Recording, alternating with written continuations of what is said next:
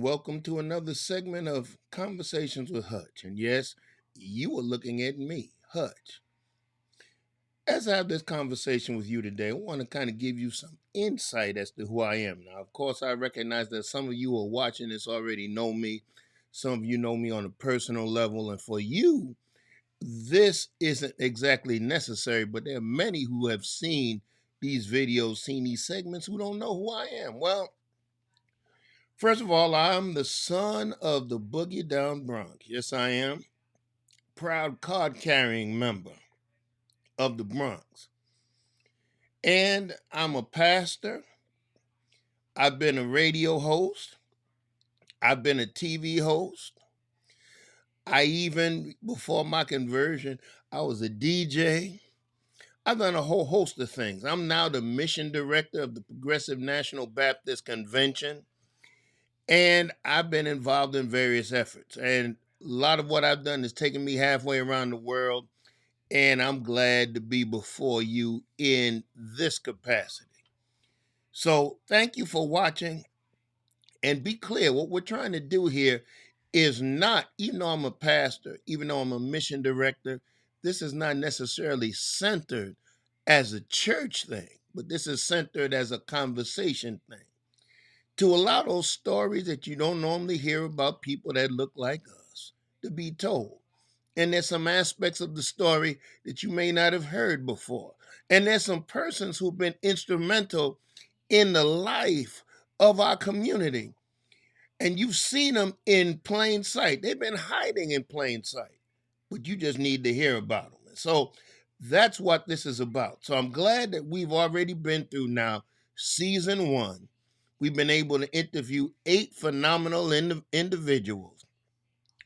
And I want to thank them for allowing me to have that space in their lives to interview them. So what we'll be doing over the upcoming weeks is just giving you snippets of some of the things that were said in some of those long form interviews and show you the life lessons that are in that long form. But now, for today, let me just give you an illustration of a nugget that you need to hear. You may not want to hear it, but you need to hear it. I want to talk about the caterpillar and the butterfly. Now, I know many of you know where I'm going, but walk with me as we talk about the caterpillar and the butterfly.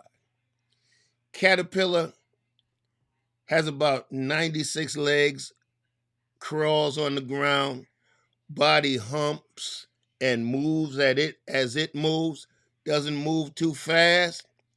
A lot of times you'll see it on leaves, eating leaves, on the ground, various places. But how many of you know that a caterpillar is destined to be something greater than just crawling down on the ground or being attached to a leaf? It's destined to be something greater. And so somewhere in the life of the caterpillar, it attaches itself to a limb, to a leaf, and it creates a cocoon. And in the midst of that cocoon, it seals itself in. And it sits there. And it sits there. Then all of a sudden, the cocoon starts rocking and rolling, starts moving because something's happening to the caterpillar in the midst of the cocoon. And you have some video cameras that have captured this, where they show the wiggling and the moving of the caterpillar as he or she extracts, or as it, I should say, extracts itself from the cocoon. And in the friction of extracting itself, it becomes a butterfly. Comes out of the cocoon with some gorgeous stripings, and now is able to fly around and move much faster than it did before, and move with better purpose than it did before. Now, there's a story that's told of a young boy that saw this process, and he felt sorry for the caterpillar. And he said, you know what I'm going to do? I'm going to slit the side of the cocoon to kind of assist the caterpillar in becoming a butterfly. Well, you already know what happened. He did that, and instead of a fully formed butterfly, you had something that was half caterpillar, half butterfly, and it came out in a blob and a mess, and it soon died. What are you trying to get at? In order to move forward, in order to grow in any aspect of your life, there has to be some friction. There has to be some struggle. There's a famous quote that says, without struggle, there is no progress. See, that's part of the reason why the lottery is so popular, because a lot of us want to get rich fast and it'll solve all our problems, not realizing that, yes, it might give you some money, but also probably give you some new problems. And so the bottom line is you have to purpose in your mind that whatever is worth getting, there's going to be some struggle. That's just the reality of life. And you have heard that if you watch any of our segments. You have heard how those we have interviewed overcame through struggle and got to their destination. And so that's what I want for you. I want you to be able to struggle through whatever it is. You right now find yourself maybe in your midnight. You right now are wondering, is it all worth it? These nights of no sleep, these nights of not going out and being around my friends, these nights of struggle, this isolation. But let me get churchy for a minute. Weeping may endure for a night, but joy cometh in the morning. What are you saying to me? I'm saying it's going to be worth it all. And even look at it this way. And I know some of you not Christian. I know some of you don't want me to preach to you. But I will use this from Psalm 23 in the Bible. And this is David. Now you got to remember, he was a shepherd boy. And his father didn't really respect him enough, because when the prophet Samuel came to the house to anoint the next king of Israel, he had all of his sons clean up and dress up except for David. And it wound up that David was the one that was to be anointed. He didn't even have time to clean up. And so David in the 23rd Psalm, he was a shepherd boy.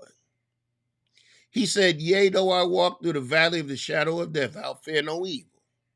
For thou art with me. Thy rod and thy staff, they comfort me. I'm going to stop right there. Now, I'm not going to get into a full sermon, but I will tell you this. Notice what that text says. I will walk through the valley. In other words, you don't go to the valley to stay. You go to the valley to walk through to where you're getting on the other side. And so what I'm trying to tell you, in this era of accelerated progress, in this era where you don't want to have delayed gratification, in this era where you want everything yesterday, where history is what happened last week, understand that there must be some struggle, but the struggle will be worth it all. All right? Subscribe to the channel. Hit like. Look at all the other things that we have here. And we will be coming to you between seasons 1 and 2 with other vignettes. We'll also have some things that are captured from season 1 that will be object lessons. And so every Monday, 12 noon Eastern, 11 a.m. Central, we'll definitely have something posted. And then we'll have other things that get posted during the week. So stay with us. Tell your friends about us.